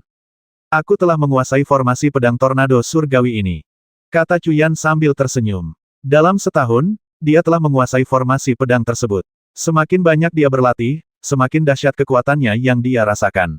Tornado ungu yang dihasilkannya dapat menjebak atau membasmi orang, dan juga dapat melindungi tubuh, memungkinkan untuk terbang dan bertahan, benar-benar formasi pedang 3 dalam 1. Cuyan memperkirakan bahwa formasi pedang ini, baik untuk menyerang, bertahan, atau memenjarakan, akan memiliki efek penekan yang luar biasa pada kultivator Naschen Soul tahap akhir. Bahkan melawan kultivator kesempurnaan agung, itu akan menjadi tantangan serius. Kumpulkan. Cuyan mengumpulkan 108 pedang terbang ungu emas. Berapa banyak pedang terbang yang dibutuhkan untuk tahap kelima ini? Cuyan menghela napas dalam hati. Setelah menggabungkan pedang terbang ungu emas, ia menempa ulang 108 pedang terbang untuk mengolah formasi pedang tornado naga gang surgawi. Setelah menguasai formasi pedang tornado naga gang surgawi, Cuyan mencoba mengolah tahap kelima dari manual formasi pedang awan ungu. Namun, bahkan dengan 362 untaian indera ilahi yang dicurahkan ke dalamnya, teks di halaman itu tetap tidak muncul. Dia bertanya-tanya seberapa kuat indera ilahinya untuk mengolah formasi pedang ini. Untungnya, Cuyan memiliki teknik kultivasi indera ilahi teknik Yuan 1000 pikiran yang diajarkan oleh Liu Yuying. Liu Yuying pernah mengatakan bahwa dengan teknik ini, seseorang dapat mengolah 1000 untaian indera ilahi, tingkat indera ilahi yang hanya dapat dimiliki oleh ahli tahap jiwa baru lahir. Umumnya, mencapai tingkat keempat dari tahap jiwa baru lahir, puncak dari tahap jiwa baru lahir awal, akan menghasilkan 200 untaian indera ilahi. Demikian pula, mencapai tingkat ke-8 akan menghasilkan 400 untaian, tingkat ke-12 600 untaian, dan tingkat ke-13 800 untaian, yaitu alam kesempurnaan agung. Ini adalah tingkat yang dapat dicapai pada setiap kekuatan yang sesuai. Namun, batas sebenarnya dari indera ilahi pada tahap jiwa baru lahir adalah 999 untaian. Cuyan memperkirakan indera ilahi yang dibutuhkan untuk tahap kelima formasi pedang awan ungu tidak akan melebihi 1000 untaian. Dengan teknik Yuan 1000 tahun di tangan, mencapai tahap kelima hanyalah masalah waktu. Melihat ke belakang, kemajuan Cuyan selama setahun terakhir sangat besar. 5 pedang cahaya bulan telah terkondensasi di dantiannya. Setelah maju ke tahap jiwa baru lahir, kultivasi ki pedang bulan biru telah semakin dipercepat. Eksperimen Cuyan mengungkapkan bahwa kekuatan gabungan dari 5 pedang cahaya bulan sangat kuat, menjadikannya salah satu kartu andalannya. Chuyan terus-menerus berlatih teknik asal roh surgawi dan teknik kaisar biru abadi. Meskipun ia telah mencapai penguasaan sebagian dari kedua teknik tersebut, mengintegrasikannya sepenuhnya dan melepaskan kekuatan penuhnya masih membutuhkan waktu. Setelah menerima bimbingan dari tetua Kong, Chuyan membuat kemajuan signifikan dalam teknik tiga tubuh surgawi. Dia sekarang memiliki 9 kilatan roh sejati ketujuh, mampu berkedip 3 kali per napas. Tangan tulang putih ibel harimaunya telah mencapai kesempurnaan agung alam roh void, dan dia juga telah menguasai serangan sonik kepala harimau. Akhirnya, dengan tubuh emas abadi, Chuyan telah berkultivasi ke tubuh emas hitam, dan sekarang, melalui benturan otot, dia dapat melepaskan kekuatan maksimumnya. Kekuatan kultivasi fisik Chuyan telah meningkat secara dramatis. Lebih jauh lagi, Chuyan telah menggunakan tahun ini untuk menstabilkan alamnya. Meskipun dia masih berada di tingkat pertama tahap jiwa baru lahir, karena kultivasi jiwa baru lahir 5 elemennya, kekuatan spiritualnya sebanding dengan puncak tingkat keempat tahap jiwa baru lahir. Namun, masih ada kesenjangan yang cukup besar dibandingkan dengan kekuatan spiritual kultivator jiwa baru lahir tingkat menengah, tetapi ini dapat sepenuhnya dikompensasi dalam pertempuran dengan teknik kaisar biru abadi. Pada saat yang sama, Chuyan juga telah menyempurnakan tanah berat hitam yang mendalam tahun ini, dan pikirannya sekarang lebih selaras dengannya, sehingga kecepatannya saat menggunakan teknik melarikan diri melalui tanah kemungkinan akan meningkat lebih jauh di masa depan. Akhirnya, yang lebih mengejutkan Chuyan adalah binatang-binatang kecil itu. Karena terobosan Chuyan ke tahap jiwa baru lahir, binatang-binatang kecil itu, sebagai binatang roh kelahirannya, masing-masing menerima manfaat yang luar biasa. Kedua singa surgawi perak telah mencapai tingkat pertama tahap jiwa baru lahir, dan ketika digabungkan, kekuatan mereka mencapai tingkat keempat. Selain itu, bulu perak murni mereka memberikan pertahanan yang bahkan kultivator jiwa baru lahir tingkat menengah puncak pun tidak dapat tembus. Tikus roh pemakan juga telah membuat kemajuan pesat, mencapai tingkat keempat tahap jiwa baru lahir juga, yang cukup luar biasa. Yang paling menakutkan adalah Blacky, yang kekuatannya sekarang sebanding dengan kultivator jiwa baru lahir tingkat ke-8, dan dia bahkan bisa bertarung melawan kultivator jiwa baru lahir tingkat akhir. Yang membingungkan Chuyan adalah bahwa binatang spiritual biasanya dapat berubah menjadi wujud manusia setelah mencapai tahap jiwa baru lahir, tetapi makhluk-makhluk ini tidak menunjukkan tanda-tanda transformasi sama sekali, dan bahkan tidak dapat berbicara bahasa manusia. Kemudian, setelah kuali roh menjelaskan, Chuyan mengetahui bahwa binatang ibel ini termasuk spesies dari zaman kuno. Tanpa rumput transformasi, binatang spiritual seperti itu perlu mencapai tingkat yang setara dengan ahli tahap jiwa baru lahir untuk berubah menjadi wujud manusia. Selama setahun pengasingannya, kekuatan Chuyan secara keseluruhan telah meningkat setidaknya 5 kali lipat. Jika dia bertemu Di Feng sekarang, dia bisa membasminya seperti guk-guk. Saatnya keluar dari pengasingan. Chuyan berdiri. Seberkas cahaya bersinar dari celah di langit-langit gua Buddha yang terpenjara, menerangi wajahnya. Pada saat ini, hati Chuyan telah terbang ke Yongsu. Dia dengan santai menerobos susunan dan melangkah keluar dari gua Buddha yang terpenjara. Rasanya udara segar. Chuyan menarik napas dalam-dalam dan berseru. Nak, bagaimana hasilnya? Sebuah suara memasuki telinga Chuyan. Chuyan melihat dan menyadari itu adalah gurunya, Tetua Kong. Tapi dia tidak mengatakan apa-apa bagaimana gurunya tahu dia akan keluar dari pengasingan hari ini. Mata Chuyan tertuju pada gubuk kecil beratap jerami di luar gua Buddha yang terpenjara dan dia tiba-tiba menyadari bahwa gurunya telah tinggal di sana untuk melindunginya. Arus hangat kembali mengalir di hatinya. Semuanya sudah siap, kita bisa berangkat besok. Kata Chuyan sambil tersenyum, merasa sangat ingin bertemu Ruo Siwen di Yongsu. Liu Yuying dan Hua Mengqi telah menjadi rekan Taois, dan sekarang hanya Ruo Siwen sendiri yang belum memiliki gelar resmi. Bertahun-tahun yang lalu, Ruo Siwen telah mengatakan kepada Chuyan untuk tidak pergi ke Sekte Qingyu tanpa kekuatan kultivator inti emas tingkat menengah. Sekarang, kekuatan Chuyan telah mencapai tahap jiwa baru lahir, dan dia sangat kuat, membuatnya penuh percaya diri. Bagus. Ngomong-ngomong, seseorang telah menunggumu sejak lama. Temui mereka nanti. Kong Wuyai merasakan aura Chuyan berbeda. Meskipun kultivasinya tidak meningkat, kekuatan tempurnya jelas luar biasa. Sendirian, Chuyan merenung. Chuyan mengikuti Kong Wuyai ke aula pertemuan Sekte Tianti, di mana Kong Wuyai menginstruksikan seseorang untuk menyampaikan pesan tersebut. Beberapa saat kemudian, seorang lelaki tua dengan ekspresi tenang namun agak getir masuk.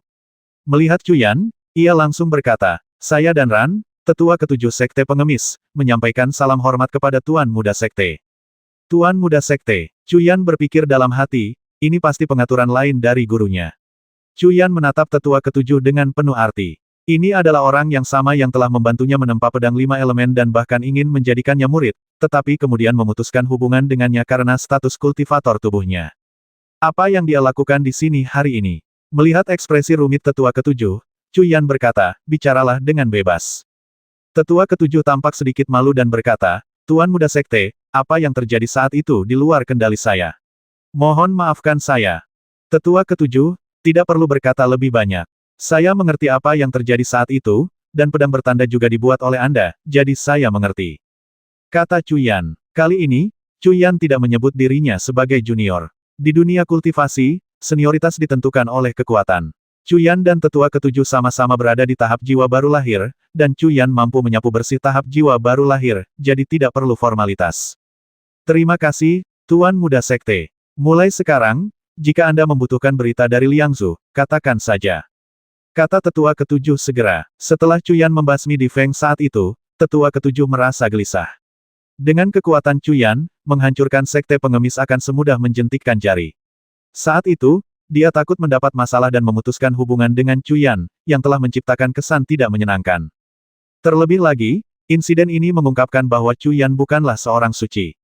Setelah lolos dari arai penjara Ibel, dia mengampuni Yiling tetapi membantai semua kultivator Buddha tahap jiwa baru lahir di Liangzu. Ini membuat tetua ketujuh merinding, yang tidak ingin sekte pengemis dihancurkan karena dirinya. Ia datang untuk memberi hormat kepada Cuyan, hanya untuk mengetahui bahwa Cuyan sedang mengasingkan diri. Selama setahun terakhir, ia sangat cemas. Mendengar kata-kata Cuyan hari ini, tetua ketujuh akhirnya merasa tenang dan sangat gembira. Mulai sekarang, jika sekte pengemis ingin membangun dirinya di Liangzu, sekte tubuh surgawi akan menjadi pendukung mutlaknya. Dengan demikian, tetua ketujuh pergi. Sejak saat itu, berita menyebar ke seluruh Liangzu bahwa sekte pengemis telah menjadi sekte afiliasi sekte tubuh surgawi, berbagi nasib yang sama. Cuyan bertemu dengan Yiling lagi, untuk sementara mempercayakan kekuasaan Liangzu kepadanya dan memberinya instruksi lebih lanjut. Setelah semuanya diatur, Cuyan dan tetua Kong bersiap untuk pergi. Di 4 provinsi tengah dan 5 provinsi bawah, kultivator tahap jiwa baru lahir tidak memerlukan susunan teleportasi untuk bepergian antar provinsi, mereka hanya perlu menemukan penghalang spasial antara kedua provinsi tersebut. Yang disebut penghalang spasial adalah penghalang yang diciptakan oleh makhluk-makhluk kuat di zaman kuno ketika mereka memisahkan negara-negara besar. Saat ini, Cuyan dan tetua Kong berhadapan dengan dinding gunung yang curam. Ini adalah penghalang spasial yang menghubungkan Liangzu dan Yongzu. Nak, ayo pergi, kata tetua Kong dengan tenang. Sekarang setelah balas dendamnya yang besar telah selesai dan sekte surgawi telah bangkit kembali, tetua Kong penuh energi setiap hari. Baiklah, kata Cuyan ringan, melangkah maju sambil berbisik dalam hatinya, Siwen, tunggu aku. Detik berikutnya, guru dan murid itu memasuki dinding gunung. Yongzu, itu adalah wilayah para kultivator Taois. 9/10 tanah di sini milik praktisi Taois. Kultivator Ibel, kultivator hantu, dan kultivator monster relatif jarang. Selain pengecualian sekte Buddha, Biara Suling, Yongzu memiliki 5 sekte utama pertama, sekte Qingyu kedua, puncak Lingyuan ketiga, tebing Wangduan keempat, gua Lanteng kelima, pavilion Ranfei. Sekte Qingyu, sebagai kepala dari 5 sekte Taois utama di Yongzu, statusnya luar biasa. Namun, setiap keluarga memiliki masalahnya sendiri, dan bahkan sekte terkemuka seperti sekte Qingyu di Yongzu pun tidak terkecuali. Di dalam aula utama sekte Qingyu, Ketua Sekte King Bujing memegang cangkir anggur, minum sendirian dengan ekspresi sedih. Gluk-gluk, minuman keras yang membara mengalir di tenggorokan King Bujing, membangkitkan rasa bersalah di hatinya. Anakku, aku sangat menyesal. King Bujing merasa getir putri satu-satunya yang paling dicintainya telah menjadi sumber penderitaan abadi baginya.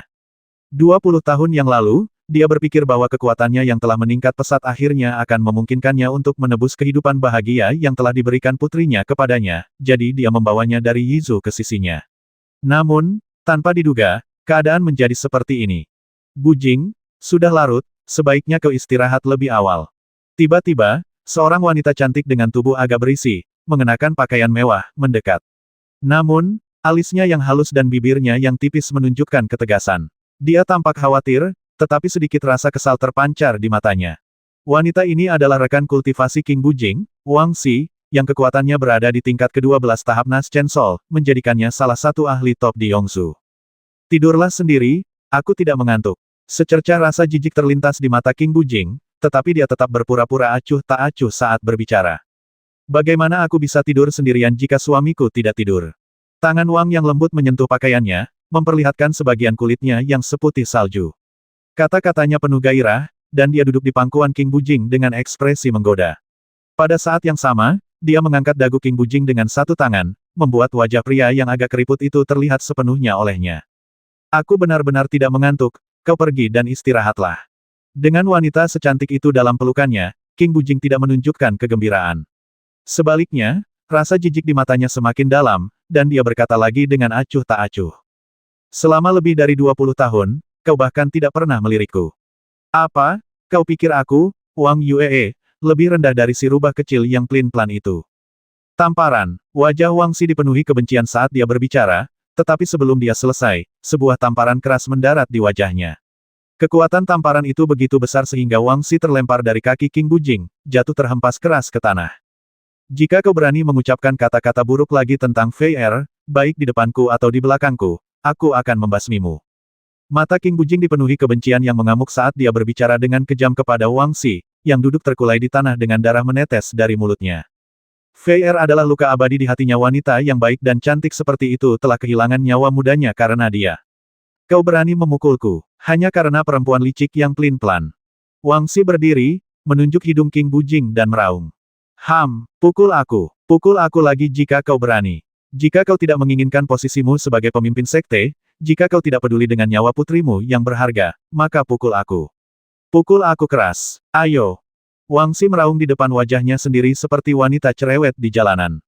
Tangan King Bujing terangkat ke udara, tetapi kali ini ragu-ragu untuk jatuh. Dia sudah meninggal. Putri yang ditinggalkannya adalah satu-satunya penopang spiritual King Bujing dalam hidup ini. Demi putri ini, King Bujing rela memberikan segalanya dan menanggung segalanya.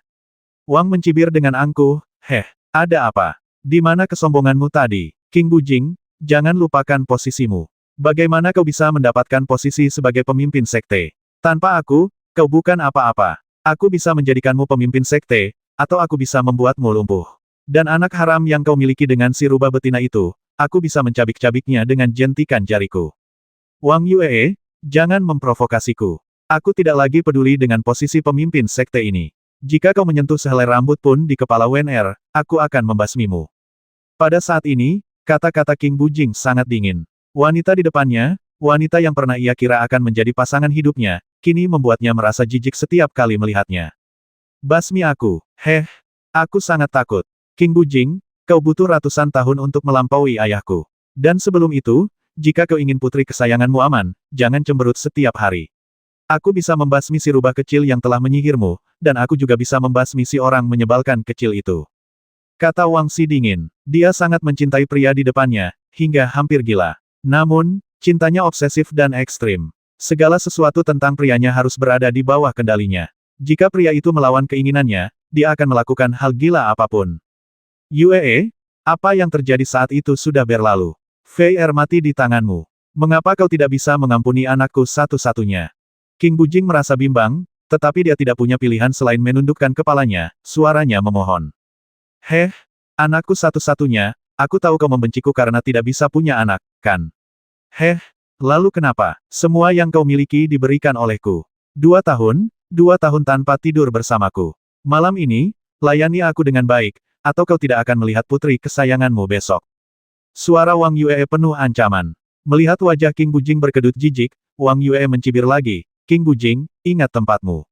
Kau telah memasuki sekte King Yuku, secara nominal sebagai pemimpin sekte, tetapi kenyataannya, kau hanyalah guk-guk keluarga Wang. Juga, cepat bujuk orang menyebalkan kecil itu.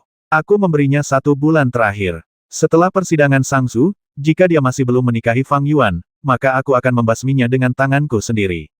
Setelah Wang selesai berbicara, dia menjilat darah dari sudut mulutnya dan berbalik untuk pergi. King Bujing menghela napas dalam-dalam, hatinya dipenuhi kepahitan. Tepat saat itu, Wang tiba-tiba berbalik, wajahnya memikat dan suaranya lembut dan menggoda, Bujing, sebaiknya kau cepat, aku menunggumu. Dengan itu, dia berbalik dan pergi lagi. Melihat penampilan Wang, King Bujing hampir muntah. Orang luar melihatnya sebagai pemimpin sekte, menikmati kemuliaan yang tak terbatas, tetapi siapa yang tahu betapa banyak penderitaan yang telah dia alami selama bertahun-tahun.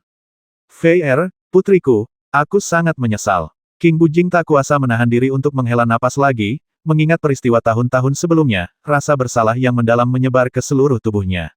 Kisah ini dimulai ketika King Bujing pertama kali memasuki tahap jiwa baru lahir. Saat itu, King Bujing, mengandalkan manual rahasia yang diperoleh dari gua kuno, memasuki tahap jiwa baru lahir pada usia 109 tahun sebagai kultivator liar, dan pernah dipuji sebagai seorang jenius dari Yongsu. Setelah kemajuannya ke tahap jiwa baru lahir itulah dia bertemu dengan wanita pertama yang benar-benar dicintainya, peri impiannya, wanita yang diyakininya akan menemaninya seumur hidup. Wanita ini tak lain adalah Wang Yuee. King Bujing bertemu Wang Yuee selama perjalanan percobaan. Kesan pertama King Bujing terhadap Wang Yuee adalah bahwa dia baik dan lembut, dan Wang Yuee juga seorang kultivator Nas Chen Sol. Jalan kultivasi itu panjang dan berat, dan setelah bertemu Wang Yuee, King Bujing langsung jatuh cinta. Namun, segalanya tidak pernah seindah yang dia bayangkan. Tepat ketika keduanya sedang jatuh cinta dan bersiap untuk menjadi pasangan Taois, Wang Yuee mengungkapkan sebuah rahasia kepada King Bujing, sebuah rahasia yang sangat penting. Ternyata Wang Yuee adalah putri tunggal Wang Lingtian, pemimpin sekte Qingyu pada saat itu. Berita ini mengejutkan King Bujing. Pada saat itu, sekte Qingyu sudah menjadi sekte terkemuka di antara 5 sekte besar Yongzu, sebuah raksasa yang setiap gerakannya mengguncang negeri itu. Bagaimana mungkin King Bujing membayangkan bahwa orang yang sangat dicintainya sebenarnya adalah putri tunggal pemimpin sekte Wang Lingtian. Namun karena mereka saling mencintai, setelah penjelasan Wang Yuee, meskipun King Bujing takut digosipkan karena menikahi keluarga kaya, ia menerima kenyataan itu. Dan apa yang terjadi selanjutnya bahkan lebih tak tertahankan bagi King Bujing. Pernikahannya dengan Wang Yuee sebenarnya adalah pernikahan yang didasarkan pada kepentingan, sesuatu yang tidak pernah dibayangkan King Bujing. Meskipun King Bujing adalah seorang yatim piatu tanpa ikatan keluarga, dia tidak ingin tinggal di bawah atap orang lain dan menjadi menantu. Namun, pada saat itu, dia benar-benar mencintai Wang Yuee.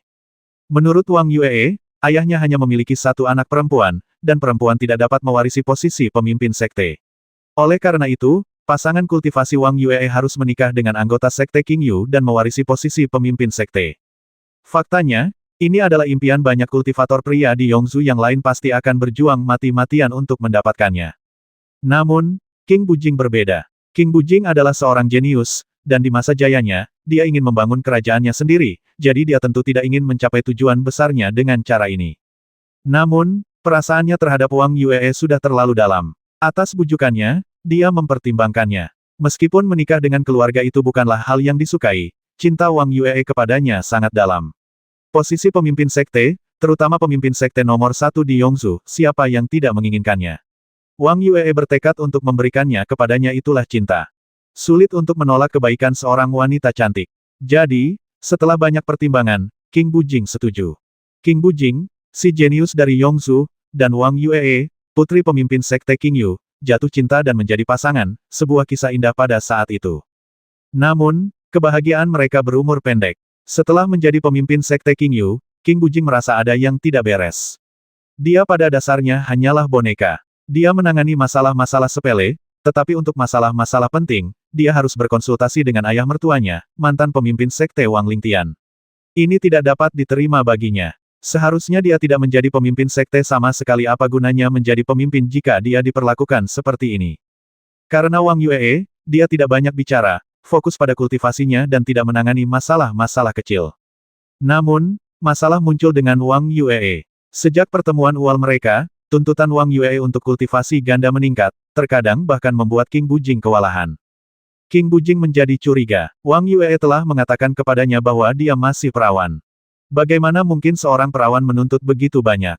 Terlebih lagi, nafsu yang tak disengaja di matanya saat berhubungan membangkitkan kecurigaan King Bujing. Mengingat kembali saat pertama kali mereka bersama, dia menyadari bahwa dia telah mengabaikan sesuatu. King Bujing memutuskan untuk menyelidiki, dan penyelidikannya mengungkap rahasia besar. Dia mendengar Wang Yuee berbicara dengan pengawal pribadinya. Ternyata usia Wang Yuee yang sebenarnya bukanlah 132 tahun, melainkan 468 tahun. Ini mengejutkan King Bujing. Meskipun umur seorang kultivator Nas Chen Sol dikatakan 1000 tahun, 468 tahun setara dengan usia seorang wanita parubaya.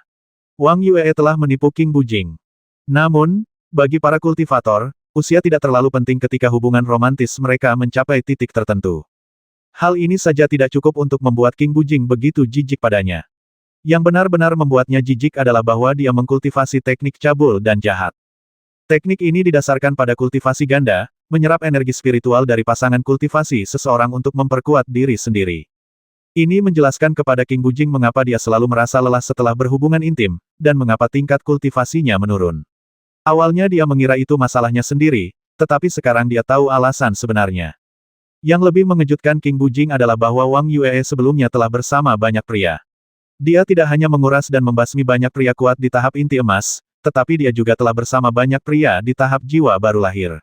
Bahkan pengawal pribadinya pun pernah berhubungan ual dengannya. Pikiran bahwa teman tidurnya adalah seorang wanita murahan, yang telah ditiduri oleh banyak pria, membuat King Bujing merasa ingin muntah. Kemudian, King Bujing mengetahui bahwa pertemuannya yang disebut-sebut sebagai takdir dengan Wang Yue, dan semua sifat kepribadian Wang Yue, adalah sandiwara yang diatur oleh ayahnya. Wang Lingtian sangat menyayangi putri satu-satunya, bahkan setelah ia menguasai keterampilan yang tidak lazim ini. Namun, seiring bertambahnya usia Wang Yue, Wang Lingtian mulai khawatir. Karena ia pernah jatuh ke dalam kerasukan setan selama kultivasi, ia tidak lagi dapat menghasilkan bangsawan. Oleh karena itu, Wang Yue adalah satu-satunya harapannya. Ia tidak ingin putrinya melanjutkan perilaku sembrono dan karenanya mulai mencarikan pasangan Taois untuknya. Wang Yue sangat pilih-pilih. Dan tepat saat itu, jenius tak tertandingi King Bujing, yang baru berusia 109 tahun, berhasil memadatkan jiwa Naschen-nya. King Bujing memasuki pandangan ayah dan anak perempuan itu. Apa yang terjadi selanjutnya semuanya telah diatur oleh ayah dan anak perempuan itu, satu-satunya tujuan mereka adalah untuk memancing King Bujing ke sekte King Yu. Mengetahui semua ini, King Bujing diliputi amarah. Namun, pada saat itu, sekte King Yu sepenuhnya berada di bawah kendali Wang Lingtian. Jika King Bujing pergi, dia akan diburu tanpa ampun jika ditemukan. Pada saat itu, King Bujing baru berada di tingkat kedua tahap Naschen Soul diburu oleh sekte King Yu berarti kematian yang pasti. Tentu saja, King Bujing tidak ingin mati semudah itu, jadi dia hanya bisa menanggung penghinaan, berbagi tempat tidur dengan wanita yang dibencinya setiap malam. Suatu hari, dengan perasaan pahit, King Bujing keluar dan tanpa sengaja melewati paviliun merah mabuk. Di dunia kultivasi, paviliun merah mabuk setara dengan rumah bordil di dunia fana, yang sebagian besar dikunjungi oleh kultivator wanita dengan bakat biasa-biasa saja yang berharap mendapatkan batu spiritual dan harta karun untuk memperkuat kekuatan mereka atau sekadar mencari pelindung yang kaya. Merenungkan situasinya sendiri, King Bujing, yang belum pernah ke tempat seperti itu sebelumnya, memutuskan untuk masuk. Saat memasuki paviliun merah mabuk, ia terpikat oleh suara kecapi yang elegan. Musik itu membawa kualitas melankolis, seolah-olah berbicara langsung ke hati King Bujing. Wanita yang memainkan kecapi itu bernama Ruo Feier, tetapi tidak seperti kultivator wanita lainnya di paviliun merah mabuk, ia adalah seorang pejabat jujur. Yang menjual seninya, bukan tubuhnya, hanya mendapatkan batu spiritual melalui musiknya. Malam itu, King Bujing menghabiskan 100 juta batu spiritual untuk memesannya, untuk memainkan kecapi hanya untuknya. Keduanya mengobrol hingga larut malam. King Bujing mengetahui bahwa Ruo Feier awalnya adalah seorang wanita muda dari keluarga kultivasi, tetapi karena para ahli tahap Naschen Soul dan Golden Core keluarga itu berturut-turut meninggal, dan tidak ada ahli baru yang maju, keluarga itu secara bertahap menurun, hingga sekarang, hanya Ruo Feier dan ayahnya yang sudah tua yang tersisa. Ayahnya hanyalah seorang kultivator tingkat pendirian dasar dengan umur hanya 300 tahun, dan sekarang ia hampir mencapai akhir hayatnya.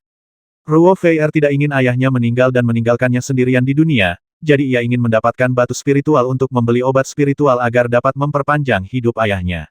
Namun, ia hanyalah seorang kultivator pemurnian Qi dengan bakat biasa-biasa saja, dan pada akhirnya, ia hanya bisa memilih untuk bernyanyi demi mencari nafkah di paviliun merah mabuk. King Bujing sangat beruntung, karena hari ini adalah pertama kalinya Ruo Feier memasuki paviliun merah mabuk. Ruo Feier berpikiran sederhana bagaimana mungkin ia membayangkan bahwa penampilannya yang cantik akan menarik perhatian beberapa kultivator di hari pertamanya. Jika berlanjut beberapa hari lagi, ia pasti akan dipaksa menjalin hubungan.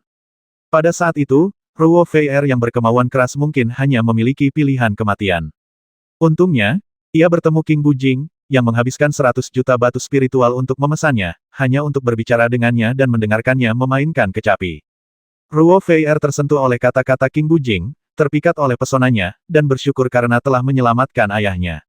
Setelah bergantung pada ayahnya yang sudah tua sejak kecil, Ruo Feier menemukan kehangatan yang belum pernah terjadi sebelumnya pada King Bujing, dan benih kasih sayang berakar di hatinya. Sejak hari itu, Ruo Feier sepenuhnya milik King Bujing. Dia diam-diam melindunginya, benar-benar mencintai wanita ini. Setiap kali dia berbicara dengannya, semua kekhawatirannya lenyap. Setelah merasakan kepahitan di Sekte King Yu, King Bujing menemukan kenyamanan yang belum pernah terjadi sebelumnya pada Ruo Fei Er. Mengingat status King Bujing, bagaimana mungkin pemilik paviliun merah mabuk berani menolak tawarannya? Untuk menghindari kecurigaan, Ruo Fei Er tetap tinggal di paviliun merah mabuk. Sejak saat itu, paviliun merah mabuk menjadi tempat yang wajib dikunjungi King Bujing setiap beberapa hari. Meskipun King Bujing awalnya tidak berniat menjalin hubungan romantis dengan Ruo Fei Er, karena Ruo Fei Er masih berada di tahap pemurnian Qi, dan perpisahan antara dewa dan manusia akan tak tertahankan baginya, semakin lama ia menghabiskan waktu bersama Ruo Fei Er, semakin ia jatuh cinta pada wanita murni ini yang kekuatan spiritualnya seperti air. Malam itu, mereka berdua mencicipi buah terlarang. Sejak saat itu, King Bujing semakin peduli pada Ruo Fei Er, diam-diam merencanakan untuk mencari kesempatan membawa Ruo Fei Er pergi dari Yongzhou dan melakukan perjalanan ke ujung dunia untuk menjadi pasangan dewa. Namun, rahasia tidak bisa disimpan selamanya. Karena King Bujing semakin acuh tak acuh padanya di ranjang, Wang Yue akhirnya curiga. Malam itu, Wang Yue diam-diam mengikuti King Bujing dan mempelajari segala sesuatu tentangnya. Wang Yue tidak bertindak langsung, tetapi menunggu sampai King Bujing pergi. Setelah King Bujing pergi, dia tiba-tiba teringat bahwa dia belum memberikan obat spiritual yang dibawanya untuk ayah Ruo Fei Er. Dia bergegas kembali dan menyaksikan Wang Yue membasmi Ruo Fei Er. Ruo Fei Er baru saja memasuki tahap pembentukan fondasi dengan bantuan King Bujing. Bagaimana mungkin dia bisa menandingi Wang Yue, seorang wanita tua tahap jiwa baru lahir yang telah hidup selama ratusan tahun. Ruo Fei Er sudah tergeletak dalam genangan darah. King Bujing masih ingat dengan jelas tatapan enggan di wajah Ruo Fei Er ketika dia menatapnya, dan kata-kata sulit yang diucapkannya. Selamatkan anak kami. Itulah kata-kata terakhir Ruo Fei Er kepada King Bujing sebelum menghembuskan napas terakhirnya. Ruo Fei Er memeluk erat bayi perempuan yang baru lahir, yang baru saja dilahirkannya kemarin. Namanya indah, sama dengan nama keluarga Ruo Fei Er, Ruo Xiwen. King Bujing sangat marah dan hampir membasmi Wang Yue, tetapi Wang Lingtian tiba tepat waktu, dan King Bujing tidak berdaya melawannya. Pada saat itu, posisi Sekte King Yu di Yongzhou membuat hal seperti itu mustahil untuk diungkapkan. Terlebih lagi, mereka tidak bisa tanpa King Bujing, pemimpin Sekte boneka mereka. Oleh karena itu, Wang Lingtian dan Wang Yue menggunakan putri King Bujing, Ruo Xiwen, sebagai alat tawar-menawar untuk memaksa King Bujing tetap berada di Sekte King Yu. Wang Yue tentu saja ingin membasmi putri King Bujing yang baru lahir, tetapi King Bujing mengancam akan basmi diri. Pada akhirnya, King Bujing mengirim putrinya yang baru lahir, Ruo Xiwen, ke Yizhu, tingkatan ke-13 dari alam manusia dengan energi spiritual terlemah. Mengirimnya ke Yizhu sudah menyebabkan penderitaan baginya, jadi King Bujing secara alami memilih sekte yang relatif lebih baik untuknya, Sekte Yuhua, sekte nomor 1 dari 8 sekte utama di Yizhu. Ruo Xiwen memiliki tubuh kayu surgawi, dan secara kebetulan, Master Puncak-Puncak Kumu, Daois Xuanxing, juga mengembangkan kekuatan spiritual atribut kayu. Dengan demikian, Ruo Xiwen dipercayakan kepada perawatan Daois Xuanxing. Kemudian, Ruo Xiwen tumbuh dewasa, tetapi tetap tidak menyadari asal-usulnya yang sebenarnya. Lebih dari 20 tahun kemudian, Wang Lingtian, mantan pemimpin Sekte King Yu, mengasingkan diri untuk kultivasi hidup dan mati. Sementara itu, kekuatan King Bujing meningkat pesat, mencapai tahap kesempurnaan agung jiwa baru lahir. Dia juga telah menguasai sebagian besar kekuatan sekte dan, karena percaya dirinya mampu melawan Wang Lingtian, secara pribadi pergi ke Sekte Yuhua di Yizhu untuk membawa putrinya kembali. Wang Yue, yang lebih lemah dari King Bujing dan dengan ayahnya yang sedang mengasingkan diri, tidak berdaya melawan Ruo Xiwen. Tanpa diduga, kurang dari setengah bulan setelah kepulangannya, Wang Lingtian keluar dari pengasingan, kekuatannya telah meningkat drastis, melampaui kultivator kesempurnaan agung biasa dan menjadi ahli tahap kesengsaraan ilahi setengah langkah. King Bujing dikalahkan tanpa keraguan dalam pertempuran mereka. Karena takut membasmi Ruo Xiwen akan memprovokasi serangan putus asa King Bujing, Wang Yue memenjarakan Ruo Xiwen di kamarnya sejak saat itu, melarangnya pergi. Kebencian Wang Yue terhadap Ruo Xiwen tak terbatas, dia telah melampiaskan semua kebenciannya pada Ruo Fei Er kepada Ruo Xiwen. Meskipun dia tidak bisa membasminya, dia tetap mencari kesempatan untuk menyakitinya. Kemudian, Wang Yue diam-diam memutuskan untuk menikahkan Ruo Xiwen dengan keponakannya, Fang Yuan, yang reputasinya benar-benar hancur. Fang Yuan bukan hanya cabul dan suka bergaul bebas, telah menyakiti banyak kultivator wanita, tetapi alasan utamanya adalah Ruo Xiwen sudah memiliki seseorang di hatinya. Bagaimana mungkin dia menyetujui permintaan yang keterlaluan seperti itu? Dengan demikian, hal itu berlarut-larut hingga sekarang. Anakku, Ayahmu tidak akan pernah membiarkan siapapun menyakitimu. Tanda tanya, hati King Bujing dipenuhi kesedihan, namun matanya bersinar dengan tekad yang teguh. Namun, dia kemudian menghela napas dan melangkah dengan malu-malu menuju kamar tidur. Kota Bulan Jatuh. Para kultivator dari negara-negara tingkat bawah, baik yang tiba di Yongzhou melalui susunan teleportasi atau penghalang spasial, akan pertama kali muncul di Kota Bulan Jatuh. Ujian negara tingkat atas, yang diadakan setiap 50 tahun sekali, berlangsung di Yongzhou, menjadikan 1 atau 2 bulan ini sebagai waktu tersibuk di Kota Bulan Jatuh. Di area tengah Kota Bulan Jatuh berdiri sebuah platform tinggi, di atasnya didirikan sebuah portal. Portal ini tidak memiliki pintu, tetapi hanya lapisan layar cahaya. Platform tersebut saat ini dikelilingi oleh para kultivator. Para kultivator ini memiliki kekuatan yang beragam, mulai dari pemurnian ki hingga pembentukan fondasi hingga tahap inti emas, dengan mereka yang lebih dekat ke platform lebih kuat. Namun, tidak ada kultivator jiwa baru di sini. Apa yang mereka lakukan di sini? Tentu saja, mereka menyambut para ahli tahap jiwa baru dari 3 negara lain dari 4 negara pusat yang datang untuk berpartisipasi dalam ujian negara tingkat atas.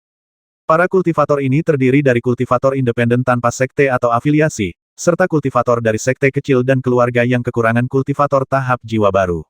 Karena tidak dapat memasuki sekte-sekte besar dengan anggota tahap jiwa baru lahir, dan sebagian besar mendapati kultivasi mereka stagnan, mereka mengarahkan pandangan mereka pada kultivator tahap jiwa baru lahir dari 3 negara bagian lainnya.